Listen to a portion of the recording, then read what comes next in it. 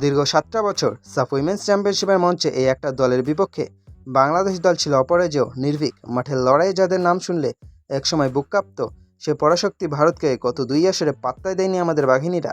কিন্তু নিয়তির কি নির্মম পরিহাস, সেই ভারতের কাছে এবার টুর্নামেন্টের গ্রুপ পর্বের মহাগুরুত্বপূর্ণ ম্যাচে বড়সড় ধাক্কা খেল লাল সবুজের প্রতিনিধিরা। তাও যেন তেন হার নয়, একেবারে 3-0 গোলের বড় ব্যবধানে বিধ্বস্ত হতে হলো সাবিনা ঋতুপর্ণাদের। এই এক হারাই যেন ওলটপালট হয়ে গেল বাংলাদেশের চেন্নাই ড্রেসিং রুম।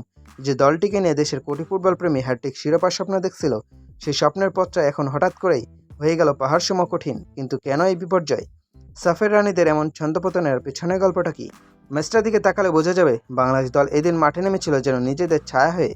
যে ঋতুপর্ণা চাকমার গতি আর ড্রিবলিংয়ে প্রতিপক্ষের ডিফেন্ডাররা খেই হারিয়ে ফেলে, সেই ঋতুপর্ণাকে এদিন চেনা রূপে খুঁজে পাওয়া যায়নি।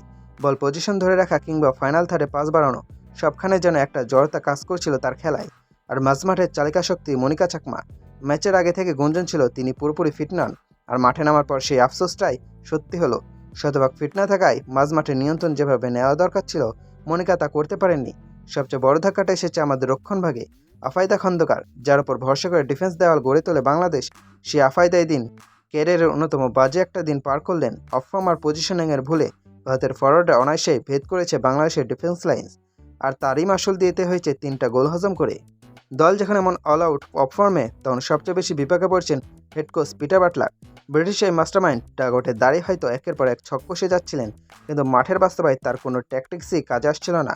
সিনিয়র আর জুনিয়রদের ভেতরে সমন্বয়হীনতা, মাঝমাঠ থেকে উইঙ্গে বল সাপ্লাইয়ের অভাব, সব মিলিয়ে বাটলারের রণকৌশল পুরোপুরি ব্যর্থ হয়েছে ভারতের হাই প্রেসিং ফুটবলের সামনে। সাফের এই গ্রুপ পর্বে ম্যাচটি বাঘিনীদের চোখে আঙ্গুল দিয়ে দেখিয়ে দিল, অতীত গৌরব দিয়ে বর্তমানে যুদ্ধ জেতা যায় না। ভারত গত 2 আসরের প্রতিশোধ নিতে কতটা মরিয়া হয়ে এসেছে সেটা তাদের মাঠের শরীরী ভাষাতেই স্পষ্ট ছিল। আর বাংলাদেশ হয়তো কিছু আত্মতুষ্টিতে ভুগছিল, যার চড়া মূল্য দিতে হলো 300 গোলের এই হারে। তবে গল্পটা কিন্তু এখানে শেষ নয়। হ্যাঁ, হ্যাট্রিক শিরোপার পথটা এখন আগের চেয়ে অনেক বেশি কঠিন, অনেক বেশি দুর্গম। কিন্তু আমরা যে দলটার কথা বলছি, তাদের ডিকশনারিতে হেরে যাওয়া শব্দটা সহজেই লেখা থাকে না। এই দলটা দেশের নারী ফুটবলকে শূন্য থেকে টেনে এই চূড়ায় এনেছে। প্রতিকূলতার দেওয়াল ভেঙে বারবার কামব্যাক করার এক অবিশ্বাস্য মানসিকতা এই মেয়েদের ডিএনএতে আছে। একটি ম্যাচ খারাপ গেছে মানে সব শেষ হয়ে যায়নি। সাবিনা খাতুনের অভিজ্ঞতা, কৃষ্ণা রানী সরকারের গোল স্কোরিং ক্ষুধা, আর সঞ্জিদাদের উইং ধরে তীব্র গতির দৌড়, এগুলো কিন্তু হারিয়ে যায়নি। প্রয়োজন শুধু মানসিকভাবে শক্ত হয়ে আবার ঘুরে দাঁড়ানো।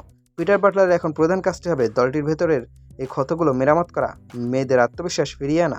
দক্ষিণ এশিয়ার শ্রেষ্ঠত্বের মুকুটটি ধরে রাখতে হলে বাঘিনীদের এখন চেনা রূপে ফিরতেই হবে। ভারতের বিপক্ষের এই হার যদি একটা ওয়েক আপ কল বা জেগে ওঠার ডাক হয়ে থাকে, তবে সামনের ম্যাচগুলোতে আমরা এক অন্য বাংলাদেশকে দেখতে পাবো। দেখার বিষয়, সব বাধা পেরিয়ে সাবিনারা কি পারবেন আবারও লাল সবুজের বিজয় কেতন ওড়াতে?